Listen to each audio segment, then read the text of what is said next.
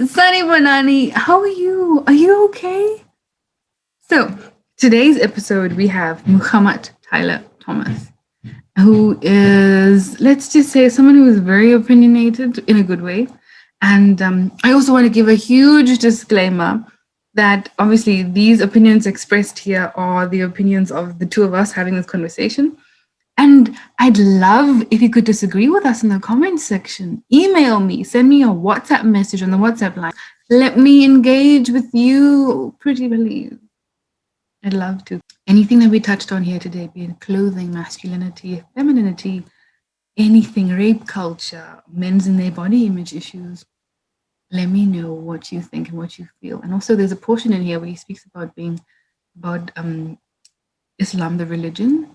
To ask that you be a bit sensitive towards that, but if you do have any comments or would like to add on or disagree or agree, please do tell me in the comments. Have a great time and thank you for watching.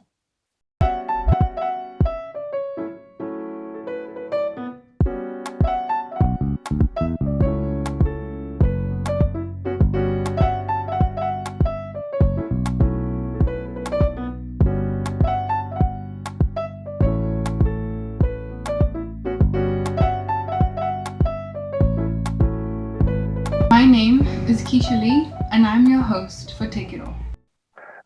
So I'm Tyler Thomas, based in Cape Town, South Africa. 26 years old. I'm a skateboarder. I consider myself. I'm joking. Okay. Yeah, so I'm a skateboarder. I'm not like the most You're not Tony Hawk. Physically fit person. Yeah. I'm a co-founder of a tech company focused on extended reality solutions. So if you don't know what it is, basically augmented reality and virtual reality solutions. Augmented reality being things like Pokemon Go or Instagram filters, Snapchat filters, those kinds of things. That's in essence what augmented reality is. And VR is obviously the head-mounted thing. So we focus on trying to deliver information in a modern style. In the age of technology, we just don't feel that pen and paper is going to work going forward. You know what I mean? It's boring. It's as opposed to like more entertaining media. I'm very opinionated. I consider myself to be a debater. I mean, that's me. That's really, really good. So wait, I wanted to ask you, this is off the topic, off the record completely. I saw your name changed on Facebook to Moegamat Tyler Thomas. Yeah, I became Muslim 2 years ago. Recently, or like long ago? I mean, it's been 2 years. I just haven't been like super public about it because of like stigma and things like that. But yeah, so I'm just trying to be more public about it because that's what I'm supposed to be. You know what I mean? As like an ambassador. Oh yeah. Well done. All the best. Anyway, thank you. Cool. So we're just gonna jump right into the hardcore stuff. What masculinity to you? To someone who's so opinionated and considers himself a debater, what is masculinity to you? So masculinity to me is, the textbook definition. A strong man, anything that you can like associate with being a man. I don't necessarily consider myself to be one of those men, but I do think that it's important because, I mean, like the argument gets made that it was important in the times of when we were cavemen, things like that. But I would argue that it was important up until recently, and that it still is important. I know we're striving for world peace and things like that, but I think that it's human nature for people to always have, especially at high levels, have differences of opinions in the way people are ruled and the way people should live their lives, and therefore we'd most likely always have a tradition of war. And for that, we would need strong people. If, for say, one country decides, to try and get rid of that, that would be the most vulnerable country. And because of that, no country would ever be that country. And that's just my opinion on it. Take it or leave it, you know what I mean? Okay, I need to ask a follow-up question on that then. Do you think like Yeah. how we had cars that started off with Henry Ford and like cars have developed and things like that? We have new cell phones who have developed from the flip phone to now going back to the flip phone. Do you think the definition of masculinity, be it the textbook version or the one that's floating around, has developed or changed? You said that it has kind of been the same recently for a few reasons. Do you think that definition has developed, changed, or has meant something different in 2021 or 2020? Yeah, definitely. I think, and I consider to be like the woke community became like a trendy thing, or somewhat of a trend around 2018, 2017, 2018. And there's many people who aren't. I'm not an academic. I haven't like had any formal studies, but I do consider myself to be a researcher. So I do believe that there's a lot of people that don't do enough research, and that they use terms that's floating around, and the definitions of those terms, even though they might not be the most accurate of explanations, or the examples that they have read about, or might be some sort of, I guess you could, sort of like related to propaganda, um, in that, like, if you read a story or an article on the internet, it's not necessarily, the entire worldview or everything that's ever happened, if that makes sense. So if I read five, um, you know, stories of men abusing women, it's not an example of all men abusing women. And I know, obviously, like, there's a lot of men that abuse women. Um, I'm not saying that, reading five articles means that, men don't abuse women. But I think there are deeper issues to, that whole narrative. And if you're not willing to explore those reasons, or, because those conversations you'll find in academia, you know what I mean? And if you're not willing to read those papers, or willing to do the adequate research, then you could still have an opinion, but I feel like it shouldn't be valued as much as an opinion of someone who's actually done the research, just because you feel a certain way. Like, I know we are emotional beings, and it's fine to be emotional, but it's also important to be rational. Can I You just know what I get mean? that one more time? You said we are emotional beings, as in men and women alike? As Yeah, as in human beings, like, we there are things that will upset us. Um, Sometimes the truth upsets us. You know what I mean? It doesn't mean that because we're upset that we are right, or that we have the correct opinion. That's what I'm ultimately saying. But I just had to Um, clarify that because a lot of men that I've spoken to say that women are emotional, they can't be leaders, they can't be rulers because they're so emotional. But I just wanted to clarify that. But again, that is only your opinion, and that's fine. That's great. Thank you very yeah, much. yeah, So I want to ask my next question in light of in light of something you said earlier on. You said that should in times of war, should a country not choose to go with an army that is usually filled with men or manly, and like that be their defense mechanism, that country would be vulnerable, and no country would do that. So I want to ask, yeah. is it because of patriarchy that you would think that way? Um, And what I is mean, patriarchy to you as well? yeah. So I'm like, that's a very, like, it's a very complicated topic. The topic of patriarchy. I feel like, I feel like patriarchy in and of itself is not a bad thing.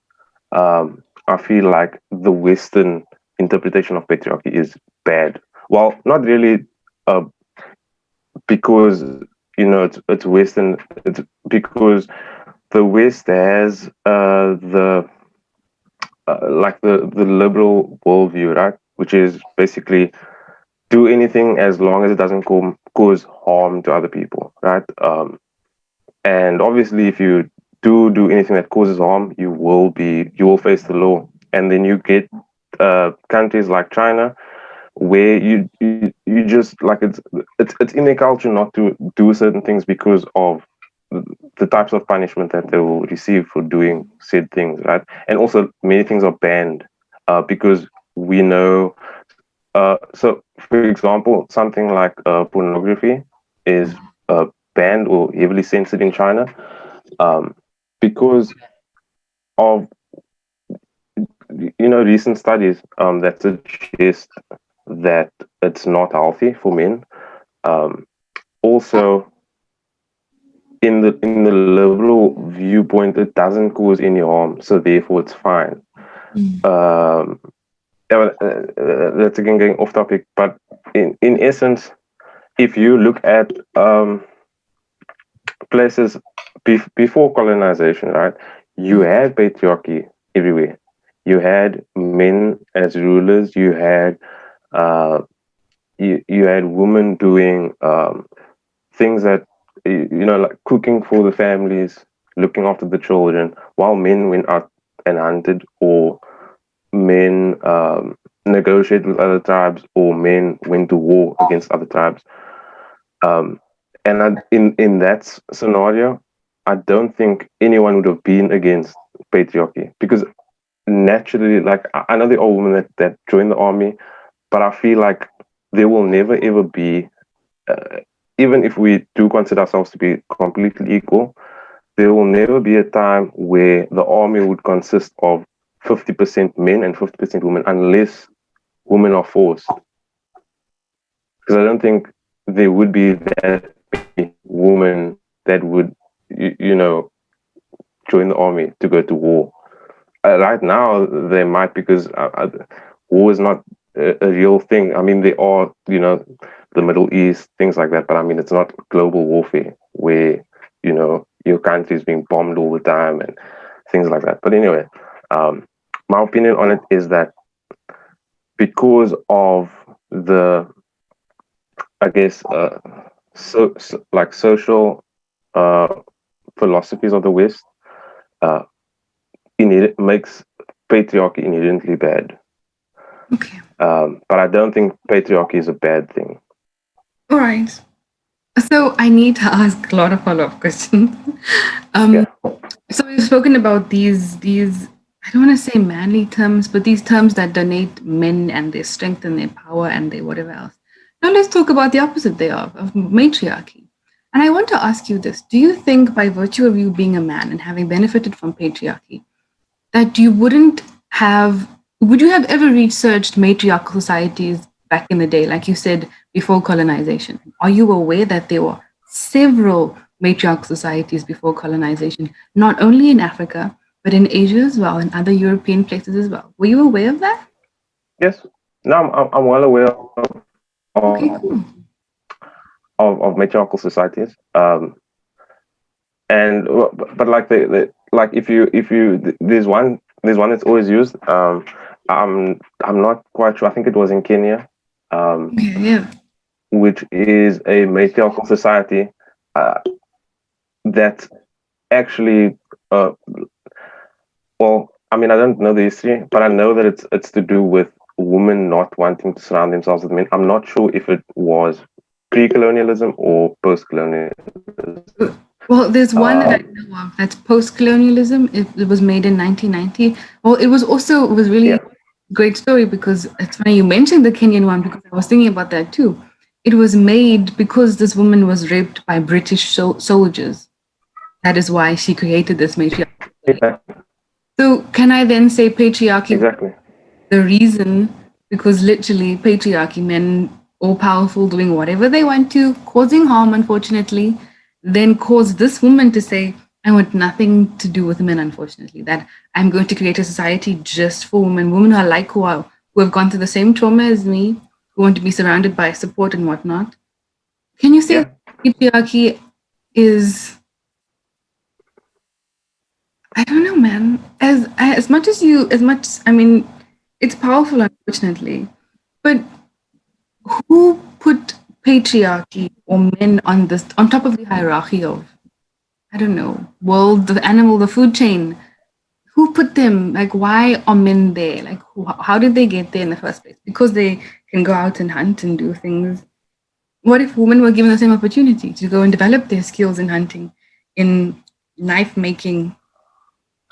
Um, yeah, like that's a very. I mean, on the case of the woman that was raped by British soldiers, that sort of plays into the same thing that I'm saying, where it's this Western worldview that, like, we've all adapted to it. Like, we can't escape.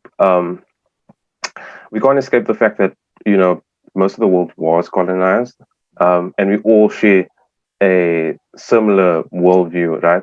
Which is the Western worldview, and we still have traditional values in Africa, right? So you have like tribal traditions, but those those traditions are influenced by the West. Um, for example, a man today who considers himself a traditional man still has to live in the Western world and is still susceptible to the ills or the social ills of the Western world and can take that home into his family. So typically, and I mean, you can find this in, uh, the Middle East as well, or in the Far East, and in other tribes around the world, that men are traditionally, um, like obviously they had to hunt, but after civilization, men would still go out and work for their family, and they would go out and work. Whatever money that they made, they would put in the hands of their wives, and their wives would then spend that. So, in that sense, the man was in charge of the household, but the woman was in charge of maintaining the household. He was there to provide for the household, but the power of the household was given to the woman. And that's not, you won't find that in Western culture. In Western culture, the man, not today, but like, if you're looking at the past, men would provide, but they still came home and they did what they wanted to do, and they gave their wives what they wanted to give, and they spent on their children what they wanted to spend, but it was their money. But in other societies, men would give their money to their wives and would expect their wives to take care of them, if that makes sense. So if I made 50,000 Rand, I'll give 50,000 Rand to my wife. My wife would then spend it on food, on the household, on whatever. And whatever needed to be spent on me would be spent on me. You know what I mean? And that's a very different dynamic. Yeah, If that makes sense. really is. Yeah, no, it does make sense. And I'm sure that happens in some places, in some areas, in some societies. So I don't want us to get too much stuck on patriarchy because I feel like because we are so heavily opinionated. Wait, that's really good. It's why I chose you. Yeah. I just have one more question on patriarchy and masculinity. Do you think, well, actually, two, do you think that feminism, this whole feminist movement, is anti or the opposite of patriarchy? Wait, to me, at least in my opinion, it is. Women empowerment is not meant disempowerment. At least I think so, because I think this whole feminism movement, and I'm not yet sure if I want to be classified as a feminist, to be very honest. I don't know this yet. But I just want to know, like, do you think anti-masculinity or feminism is against or tries to abolish those things? I feel like that's a narrative that's being pushed, at least in the well, it's a we live in a very different time where social media is a big influence. I don't think that the academic views of feminism are the same as those you'd find on Facebook, and that's really like the issue that I when I have opinions, that's really what I'm tackling. I'm not attacking feminism. There's a lot of points of feminism that I do agree with. I don't agree with all the points of feminism. So, for example, um, like I mentioned, if you go into Congo, for example, where there's obviously lots of suffering, men work pretty much all day in gold mines or in cobalt mines or whatever, and they go manage that money to their wives.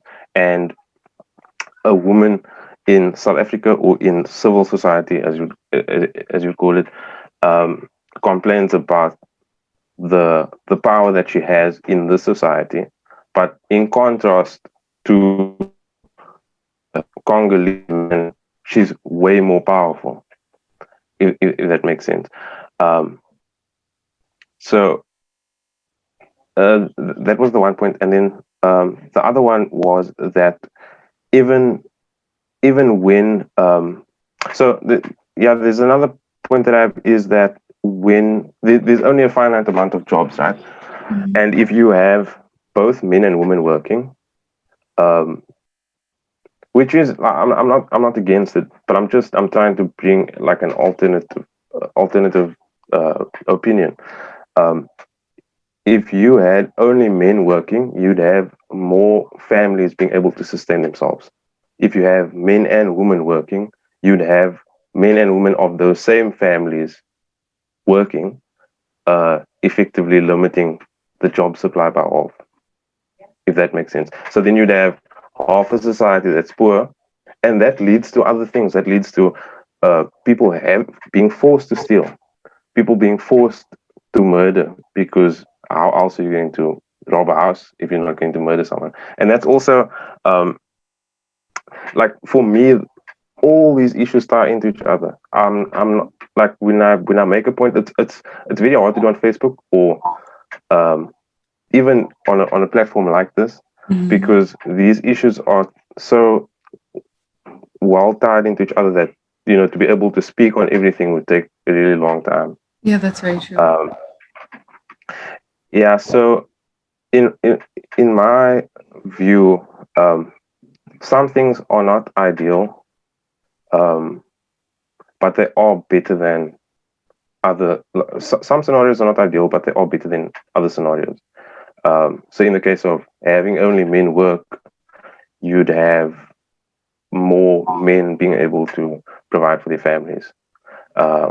It's not an opinion I hold myself. I just feel like it's a rational opinion. You know what I mean? I wouldn't want to exclude women from the workforce, if that makes sense. And the other point was that if you look at studies, and there's lots of studies on this, that um, even though women earn less than men, they Mhm. still have more buying power, because traditionally men spend more on women than women spend on men. That's just how it is. Even if you're a person that would spend more on a man, traditionally men spend more on women. They spend more on their wives, they spend more on their children, and therefore a woman at the end of the day is left with more money that she can spend on herself than a man is left with money that he can spend on himself. So if you were to balance that by saying a man and a woman should earn the same amount of money, you'd have women at the end of the day being richer than men, if that makes sense. I know all women aren't married and all women um, don't have children, or all families don't have children and things like that. But on average, that's just what statistics show.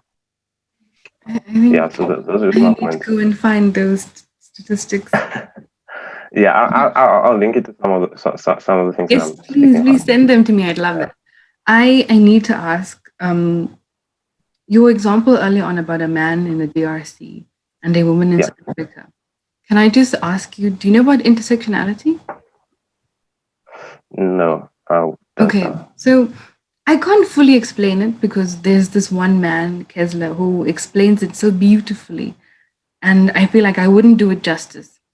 I just want to say that if we were to take that man in the DRC who was say, a coal mine worker, whatever, just a Yeah, worker, right?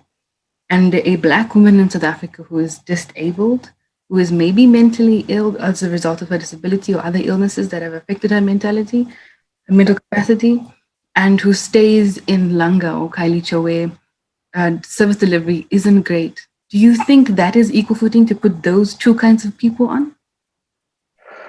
Um,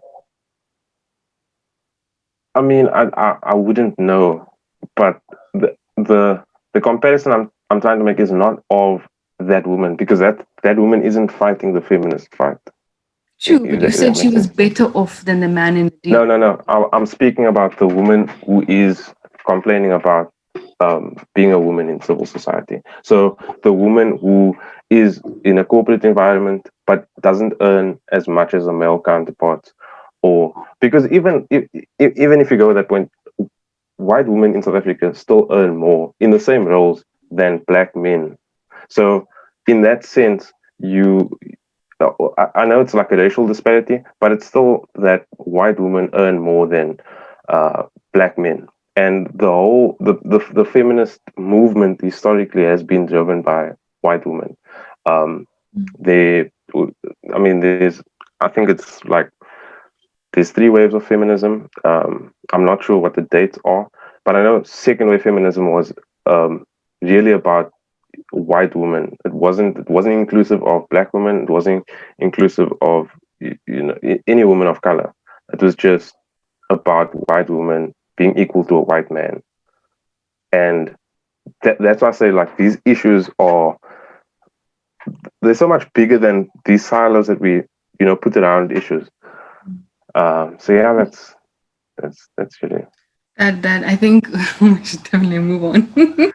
So, one last question in terms of masculinity. I want to take something so simple as clothing, even though I think clothing is not, it is both simple and very complex, right? So, do you think that clothing should or does just Yeah. own by virtue of being clothing donates masculinity? Do you think that it would be, is it emasculine of a man to wear a dress or a skirt or some heels? Do you think clothing, by virtue of being it, donates masculinity, or particular type of clothing donates masculinity? Um, Personally, I think yes. Um, I wouldn't wear a dress. And I'm not saying I wouldn't wear a dress because society says that I shouldn't wear dresses. I just wouldn't feel comfortable as a man in a dress. I'm not saying other men shouldn't. If you feel like wearing a dress, by all means wear a dress. I'm just saying my personal beliefs, or yeah, my personal beliefs is on the matter is that I wear what I feel comfortable in, and I feel comfortable dressing like a man, if that makes sense. I'm not the most manly man. There's men that will call me all types of things, and I don't think that we should be looking at the media as examples of what we should be. I definitely don't. I do what I feel is comfortable. If I like something, I do it. And I feel like that's really important. I feel like if we are going to look at the media and we're going to, as a boy growing up into a man, think that that's what an ideal man is, he's obviously going to have issues with his identity if he doesn't feel like that man. But if he's that same boy who doesn't follow the stereotypical man image, then he wouldn't have any issues and he would be more comfortable in his own skin, Okay. if that makes sense. Yeah, Yeah. yeah, and we'll talk more about men and their bodies in a bit. But I just wanted to ask you, you qualified your saying, I feel uncomfortable as a man. And I wanted to ask you about that particular statement, as a man. Do you think you would ever be able to move away from this as a man? Because obviously we have this gender spectrum where there's a lot of things in between male and female. And I know that obviously we've only known men and women and male and female since the beginning of time. And only in the last, I don't know, actually, maybe very long ago, I don't know the years, that there have been more than those two particular genders. But now, don't you think clothing, something just to cover your body, should be gender neutral or gender fluid? I think I'm not sure what the term is, but do you think that that should be gender neutral? Because you said, as a man, I wouldn't feel comfortable wearing a dress. Shouldn't it just be, as a human being, I don't feel comfortable wearing a dress? But you qualified it by saying, as a man. Well, as Keisha Lee and Martin Callum, would feel comfortable wearing a suit at my best friend's wedding to be his best man. And I would keep the title best man because traditionally it's we've always known the title to be best man. Or maybe if it was best Yeah. buddy, cool, or best friend, I would happily wear a suit and I would love to. Okay, one of my friends could get married and I could wear a suit like what we usually know as the male kind of suit. I would happily Yeah. wear that. And I would also happily wear a dress for my whatever other best friend wants to be made of honor stuff is.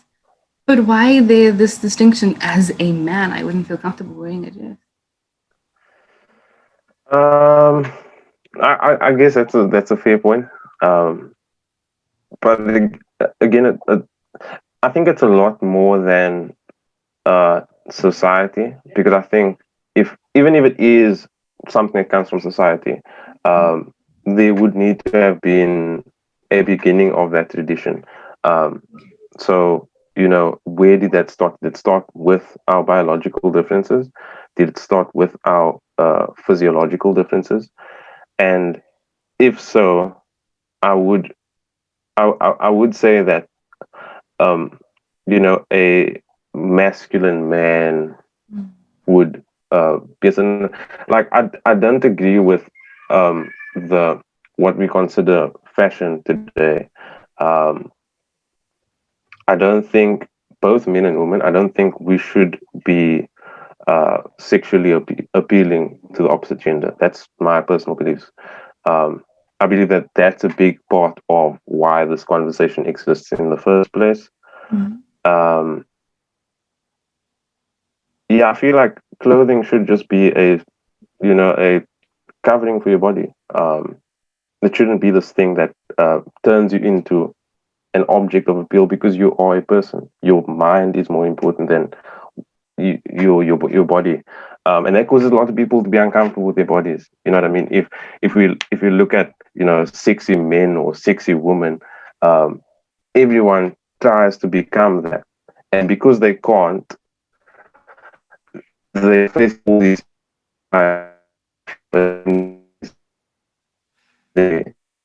whatever, simply because we live in a time where it's important to be sexually appealing. A lot of people won't say that it is sex appeal, and I would argue that it is. Like, I mean, it's just like if you're going to be honest with yourself, I know for myself, if I'm going to dress up, I'm doing it to be looked at by the opposite gender. You know what I mean? It's a matter of being honest.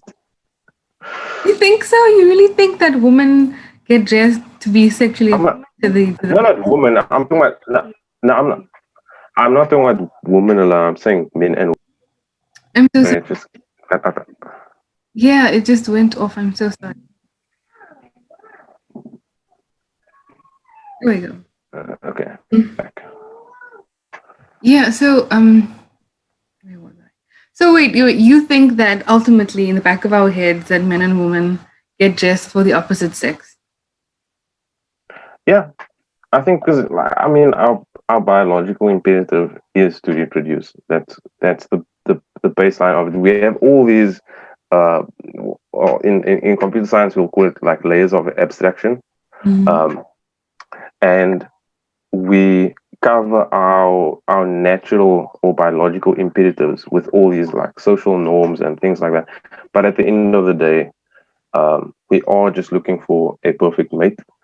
Um, I mean, obviously, you get things like homosexuality and things like that. That it doesn't really, um, it doesn't really take away from it because those are, you could call it outliers. Like people being disabled at birth is an outlier. It's not representative of what it means to be human or what it means to be a human being in feels, if that makes sense. Mm. I'm not against disability. I'm not against homosexuality. I'm just saying that um, in natural selection, they wouldn't compete in natural selection, if that makes sense. You're going with Darwinism? Wow. Wow. I did not see Darwin coming to this conversation at all.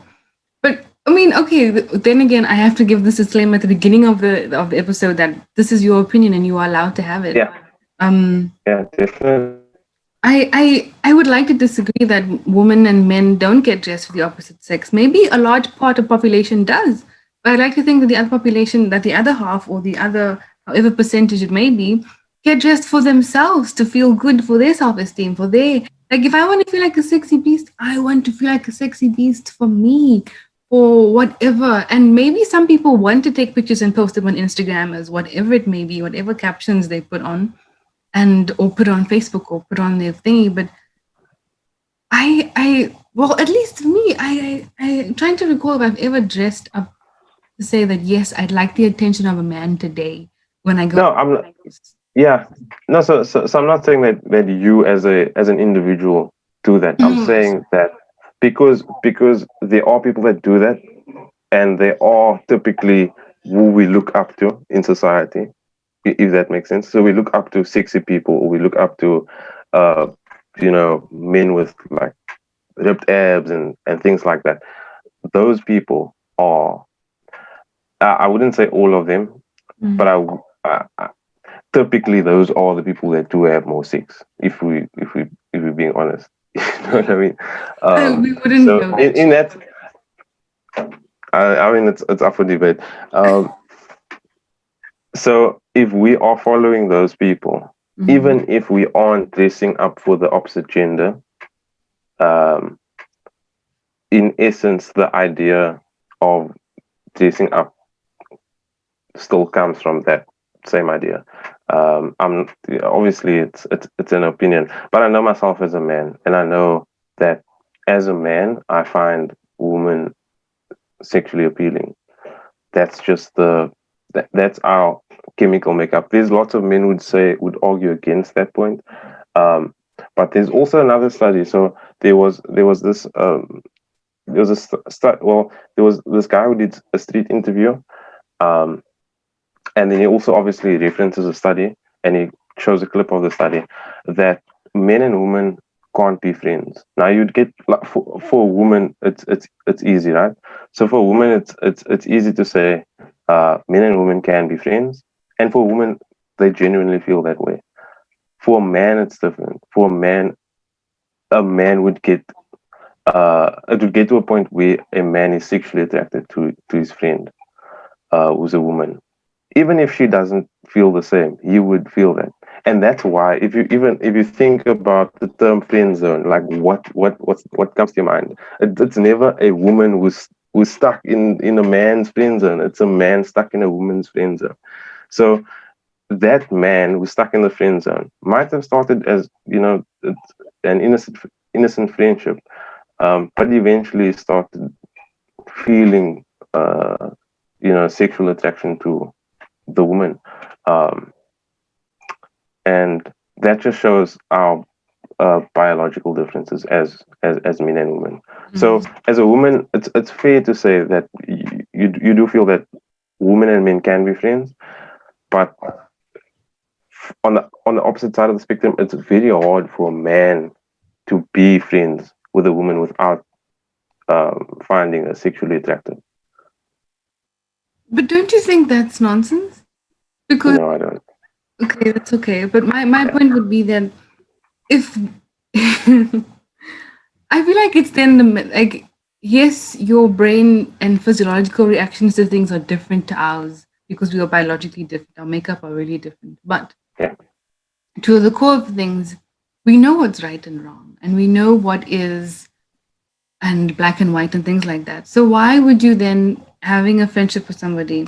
So you're telling me that I don't want to use the word predator because that sounds really offbeat. Um, that these instincts are just I'm going to feel sexually attracted to you no matter how you look and what you are. Eventually, I'll get to a point where I want to sleep with you. Is that just it with men everywhere, or just in your opinion? Well, I mean, you can either agree or disagree with the studies, but they are there. Please send me these studies. Yeah, no, I need to see I'll send you the them. links. Um, I think that yes, we do have morality, um, and we know what's right and wrong. I feel that there are certain things that a woman is more inclined to do the right thing, and there are certain things where a woman is more inclined to do the wrong thing. And on the opposite side, there's men are more inclined to do the right thing in some aspects and more inclined to do the wrong things in some aspects. And therefore, there just needs to be some sort of. So, what I'm saying is that as a man, I don't feel that I can have an actual friendship with a woman because it might lead to something. So, if if I'm married and I do have a female friend and she ends up being my mistress, or I make an attempt and my wife finds out, that's harmful for me, But if you know if it, that makes sense. why would you then have these sexual inclinations towards the woman? It's just it's a natural It's phenomena. just within It's your like many other things. biology to okay. We'll have a neurologist on one day to speak about it. So we've been speaking about clothing and how it dominates certain things and denotes, and you've said that people usually dress because they want to reproduce, they want to find partners, they want all of these things. I want to say, in light of those things and a rape culture, moving on to the next part of questions, do you think that whether, like, I don't know if you've seen, I'm so sorry, if you've seen any campaigns or posters or things on Facebook that says this dress does not mean yes? Yes, I've seen those things. Okay, cool. Um, so, So I want to ask, sorry, in light of those things that you've seen on Facebook, right? And in light of rape culture and the definition thereof, we'll speak in a bit. Do you think that we should be teaching women not to dress a particular way because they'll get raped, or should we be teaching men not to rape because women are allowed to have ownership of their own body? again, that's also a very complicated discussion. How? Because like because of the fact that um, so as a man, right? If I'm going to be completely blunt and honest, and whether other men agree to this or not, there is what you call boys talk, right? So even if they're gonna go on Facebook or whatever and say, "I'm not that guy," blah blah blah, blah, these things happen. So if I walk around a woman or I see a woman I find sexually attractive, I'm going to say that. You know what I mean? I'm going to say, "Wow, she's whatever," um, and I have self control. It's not like I'm gonna go up to that woman. Some guys will go up and ask their number. Some guys will flirt. Some guys will, whistle. I wouldn't do any of those things. But at the end of the day, I still have the same thought. So obviously, you are going to get outliers. You're going to get people that's not just going to have the thought, but that's going to put the action. Only women who get raped. I'm saying that Sorry, women who could dress a you just certain say way. that again? I'm so sorry. I kind of missed you there. Could you just say that again? I'm with from From the thoughts are just they're going to happen. yeah. So the thoughts happen anyway, but there are men who will go past the thought, right? So there are men who's going to go and ask for the number. There are men that's going to flirt. There are men that's going to catcall. And then you're gonna get men that's going to take it to the extreme. Um, and I'm not saying that those are the only women that get raped, or that it's only women and not girls and not little boys that get raped, because there's a spectrum of rape. But in this specific context, I would argue that a man who's going into a club and targeting a specific woman and uh, dragging a drink is not the same man who's going to go and rape a 5-year-old boy, if that makes sense. Yeah, I So get. there's there's classes of rape. So I don't think it's also fair to argue the point that because 5-year-olds get raped, or because little girls, or because older grandmothers or whatever get raped, that this specific thing is not responsible for rape, because it's not responsible for the entirety of rape, but That's true. it Clothing does have a isn't big part responsible to, for rape. yeah, but Clothing shouldn't it be does have a responsible. does have a big part to play in that specific context of men going into clubs and dragging women, or men pulling women into cars on the side of Why do you think roads. that is? That clothing in that particular instance plays such a big part. Because men are attracted to the physical form of a woman, and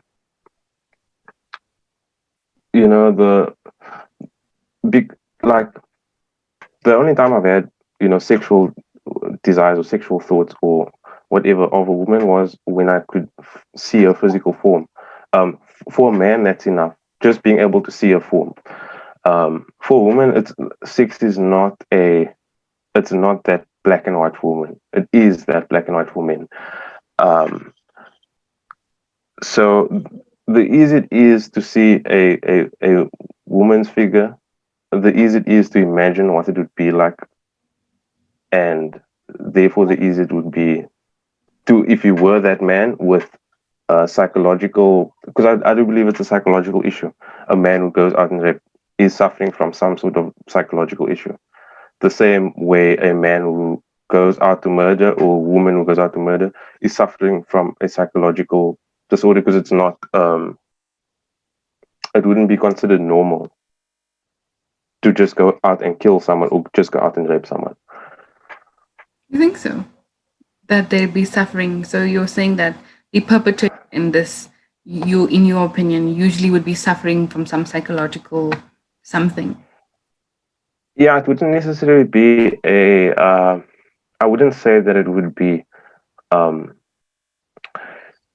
something like depression, or, I mean, you could, but I'm not trying to, You like, don't have to qualify label. which it is. I'm just asking that you're saying that there's an underlying cause as to why this person went and did that particular heinous crime. Yeah, I do feel that way. You think I don't feel like anyone's born to just go out and rape and kill. true? That I think so too. Some people might just have that, um, but Do you think it's it's a important to choice? identify. Why is it important to identify Um, that these people are psychologically or differ from the mentally normal people? Why do you think that? And also, I you want know, to ask you, don't I you think think there it's a should be, choice in that moment? yeah. It's just a choice. Like it's a choice between going home and going to sleep off whatever in alcohol, whatever thoughts you may be feeling, and it's a choice between I'm going to harm this particular person. I think it is a choice, right? But again, it's a very hard choice to make. Um, well, anything under the influence of anything is, uh, when you're under the influence, you aren't in your natural state. What if you aren't under As the choice harder if or you, easier? I would still argue that that for some people it will be harder, because in my case, it's it's hard for me to approach a woman that I find sexually desirable. I wouldn't go up to her because I am scared, or I am insecure, or I am whatever. But there are guys who aren't, and those guys would go up to a woman and ask for a number. And in that same breath, there are guys who just wouldn't be scared to take it a step further, That's or true. wouldn't feel that it isn't a model to make that decision. Um, yeah, and I'm not saying that changing the way that you dress will fix issues of rape. I'm saying it would reduce rape in those specific instances. That is a bold statement to So make, my friend.